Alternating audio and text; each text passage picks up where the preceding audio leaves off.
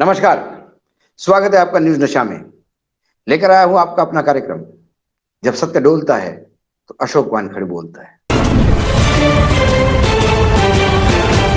सत्य कहां डोलता है? आज कर्नाटक में मतदान संपन्न हुआ। 65% के आसपास मतदान हुआ। प्रश्न ये है कि अब एग्जिट पोल के नतीजे भी सामने हैं। एग्जिट पोल ये बताते हैं, बाय एंड लार्ज अलग अलग एग्जिट पोल अलग अलग चैनलों के हैं। सभी चैनलों में, एक हाथ दो चैनल छोड़ के सभी चैनलों में कांग्रेस को बढ़त दिखाई दे रही है। बीजेपी दूसरे नंबर पे आए। एक दो चैनल है जिन्होंने 140 तक कांग्रेस को सीटें दी है।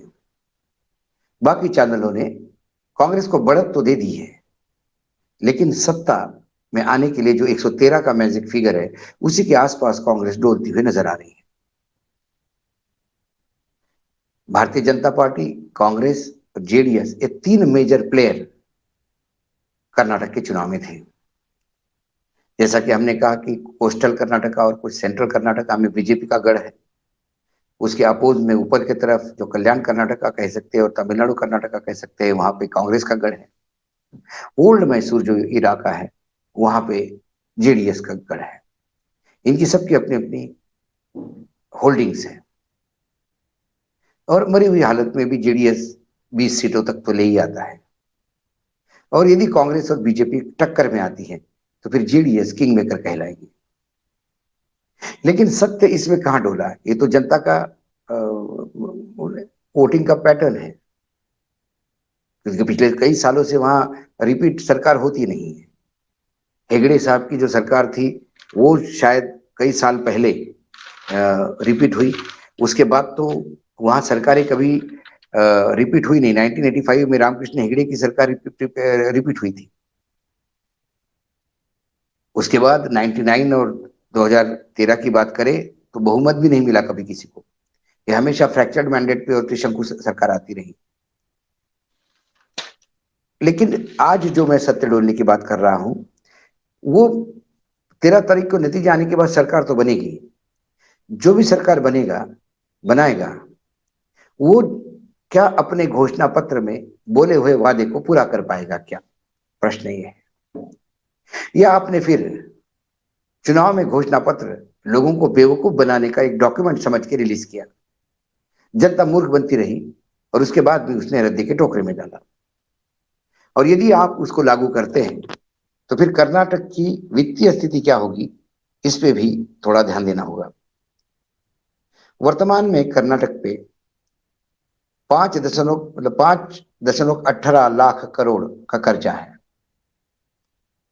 जो 2024-2025 में प्रोजेक्शन बजट में वित्त मंत्री ने दिए हुए विधानसभा के आंकड़े हैं। ये जो 2024-2025 का प्रोजेक्शन उनका 6.60 लाख करोड़ का है और 2025 के अंत में ये 7.38 लाख 7.38 लाख करोड़ का हो जाएगा। इतने कर्जे के तले कर्नाटक डूबा हुआ है।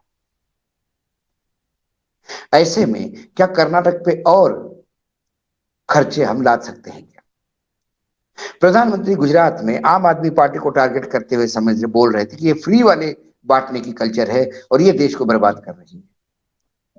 लेकिन कर्नाटक का जब मैनिफेस्टो में देखता हूं तीन ही राजनीतिक दलों का, तो मुझे हंसी आती है कि हमेशा इनका सत्य क्यों डोलता है, क्यों ये हमेशा सत्य के नाम से झूठ बोलते हैं।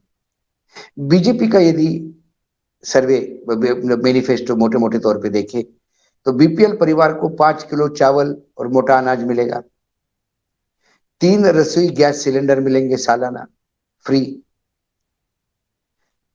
आधा लीटर रोज रोज आधा लीटर नंदिनी का दूध मिलेगा हर इंसान को। किसान के लिए 5 लाख लोन तक का लोन बिना ब्याज का दिया जाएगा। किसी ना किसी को तो ब्याज का भरना होगा। 10,000 रुपए हर किसान को ब्याज बीज के लिए दिए जाएंगे। ग्राम पंचायत में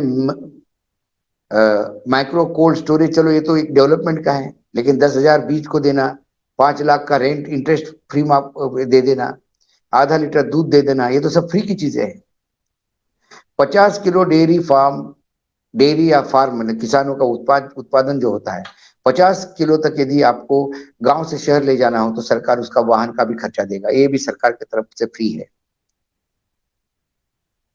फिर अनुसूचित जनजाति की महिला जाति और बैकवर्ड और शेड्यूल ट्राइब एससी और एसटी की महिला के लिए 10,000 रुपए का फिक्स डिपॉजिट होगा।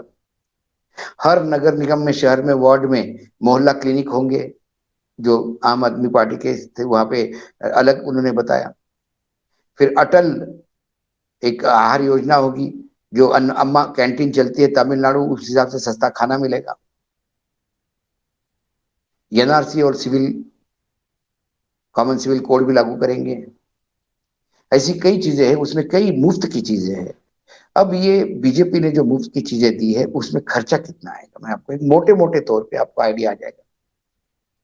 ये जो रसोई गैस के सिलेंडर फ्री 3 दे रहे हैं, उसके लिए सरकार को 3,715 करोड़ रुपए सालाना खर्चा आएगा। आधा लीटर दूध के लिए 1,883 करोड़ रुपए खर्चा आएगा। कांग्रेस में देखिए, कांग्रेस भी कोई आगे पीछे नहीं है इससे। बीपीएल वालों को 10 किलो राइस देगी, दूध के ऊपर जो सब्सिडी है वो 5 से 7 रुपए करेगी, ये तो सभी करे हैं। 200 यूनिट बिजली मुफ्त देगी, उसके लिए उसको करीब करीब 20,000 करोड़ का अतिरिक्त भार सरकार को देना होगा। महिलाओं को 2,000 रुपए पर मंथ देंगे, उसके लिए 3,680 करोड़ रुपए का अतिरिक्त भार पड़ेगा। डिप्लोमा वालों के लिए, डिग्री वालों के लिए 3,000 रुपए स्टाइपेंड देंगे 2 साल तक, जो बेरोजगार रहे तो उसके लिए 4,320 करोड़ रुपए अतिरिक्त लेंगे। और डिप्लोमा वालों को 1,500 रुपए देंगे 2 साल तक हर महीने, तो उसके लिए 923 करोड़ रुपए एक्स्ट्रा देने पड़ेंगे। ये मैंने आपको मोटे मोटे तौर पे बताया। जेडीएस भी पीछे नहीं है, उन्होंने तो 5 गैस सिलेंडर फ्री कर दिए। अब 3 गैस सिलेंडर को ही यदि 3,715 करोड़ रुपए लगते हैं तो 5 गैस सिलेंडर को आप समझ लीजिए ये 5,000 करोड़ के आसपास जाता है।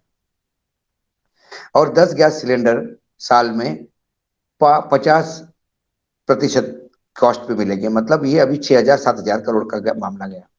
ऑटो रिक्शा ड्राइवर को 2,000 रुपए महीना देंगे, ये फ्री बीज है।